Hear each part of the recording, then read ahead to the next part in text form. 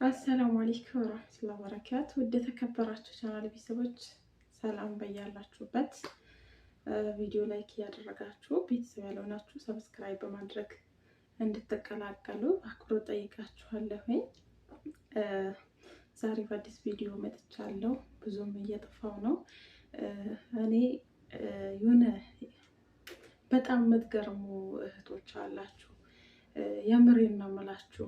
አንዳንዴ በሰው ሀገር ስንቆይ የሆነ አእምሯችን ሁሉ ይቀየራል ይመስለኛል። ብዙ እህቶች ግራ ያጋባችሁ ነገር ግራ የምትጋቡ እውነቴን ነው። ቤት አለኝ ብርም አለኝ።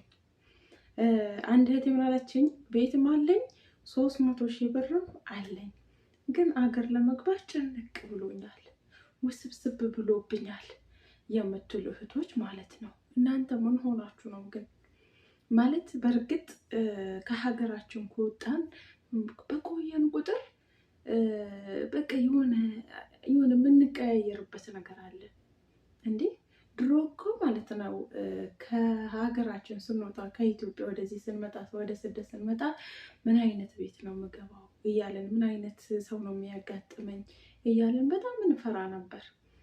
አሁን ግን ሲመስለኝ ከዚህ ሀገር ከአረብ ሀገራት ወደ ኢትዮጵያ ስንሄድ ደስ ሊለን ነው የሚገባው እንጂ ለምንድን ነው የምንፈራው? ምን ሆነበት ያስፈራን? ውድ እህቶቼ እንዴ እናንተ እኮ በቃ ጀግኖች ናችሁ። እውነቴን ነው የምላችሁ። አላማችሁን አሳክታችሁ ቤተሰቡ ከመጀመሪያ ካለበት ህይወት ወጥታችሁ ጥሩ ኑሮ ካኖራችሁ፣ ለራሳችሁ ደግሞ የተወሰነ ነገር ከያዛችሁ፣ የሰው ሀገር እኮ ዝም ብሎ መቀመጥ ራሱ እኔ እንጃ ማበድ ነው።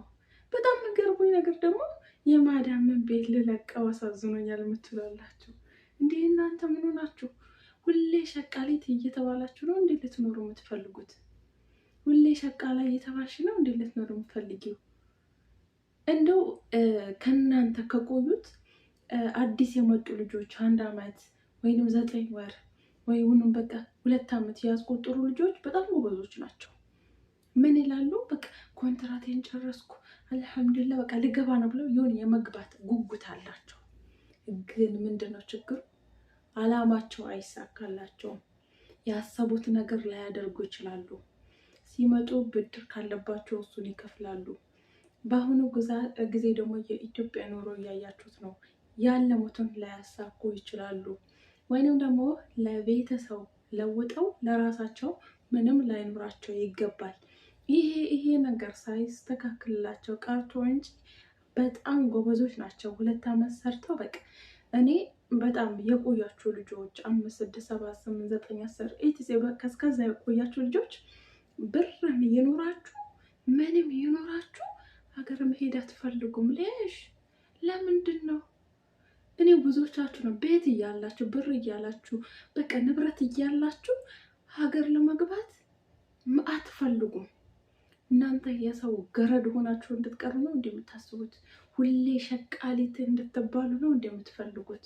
ሀገርሽን ገብተሽ ቤትሽን ትዳርሽን። እናንተ ሴት ልጅ እኮ እድሜዋ ትንሽ ናት። ሴት ልጅ እድሜዋ ትንሽ ናት። ስለዚህ ሄደሽ የራስሽን ኑሮ አትመሪ አትወልጂም። ፊት እናት አባቶቻችን ስንት ልጅ ነበር? 10 11 9 8 እንደዛ አይደል የሚወልዱት የነበረው። ግን አሁን ሄደሽ አንቺ 9 ልጅ ትወልጃለሽ። እንኳን 9 5 4 ራሱ ካገኘን ያውን ሴቶች ለምንድን ታውቃላችሁ? የለም እድሜያችን ስደት አረብ ሀገር በቃ አልቋላ። እድሜያችን ጨርሰን ጉልበታችን ጨርሰን ስንቶች ናቸው ሆስፒታል ላይ ማማጥ ያቃታቸው? ስንቶች በሚጥ መርፌ የሚወልዱ ስንቶቻቸው ነው? ለምን እንደሆነ ታውቃላችሁ? የላቸውም፣ አቅም የላቸውም።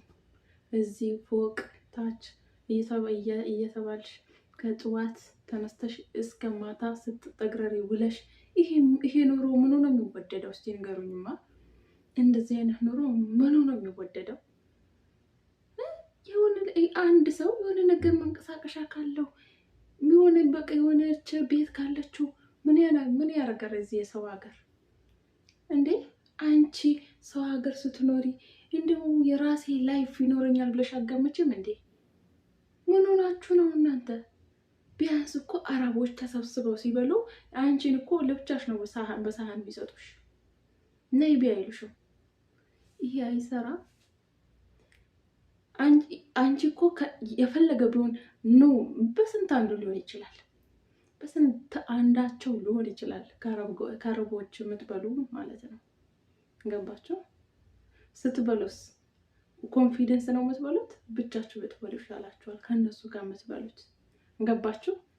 እናንተ እንዴ እነሱ እንደዚህ ላይፋቸው ሲያሳልፉ ለእኔ ለምን ላይፍ የለኝም ብላችሁ አትናደዱ? እኔ በጣም እያስገረማችሁኝ በቃ ውስብስብ ብሎብኛል። የማዳምን ቤት እንዴት ብዬ ልልቀቀው? እኔ በጣም ገረመኝ ኮሜንታቸው። አጂብ ሰው ከየት በኩል ልውጣ? መቼ ኮንትራቴን ጨረስኩ? መቼ ሀገር የገባው? መቼ ወለኩ? መቼ ተደሰትኩ ብሎ ይጨንቀዋል። እናንተ ይሄ ሁላ እያላችሁ ያስባችሁ ተሳክቶ ይሄ የምትፈሩ ልጆች በጣም የምትገርሙ ናችሁ።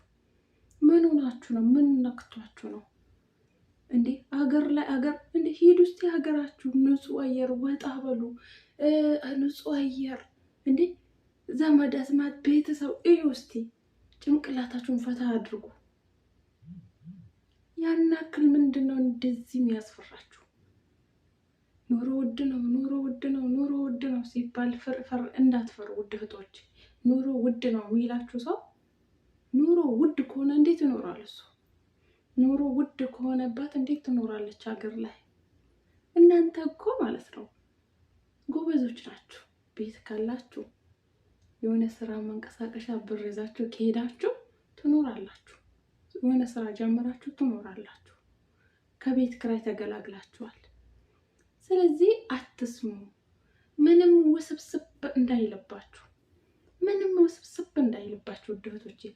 ብር ትንሽ ከያዛችሁ ማለት ነው በቃ አላማችሁን ካሳካችሁ ቁርጥ አድርጉ። በቃ የእውነቴን ነው፣ ቁርጥ አድርጉ። በቃ ልሂድ በሉ እንዴ። ምን ሆናችሁ ነው?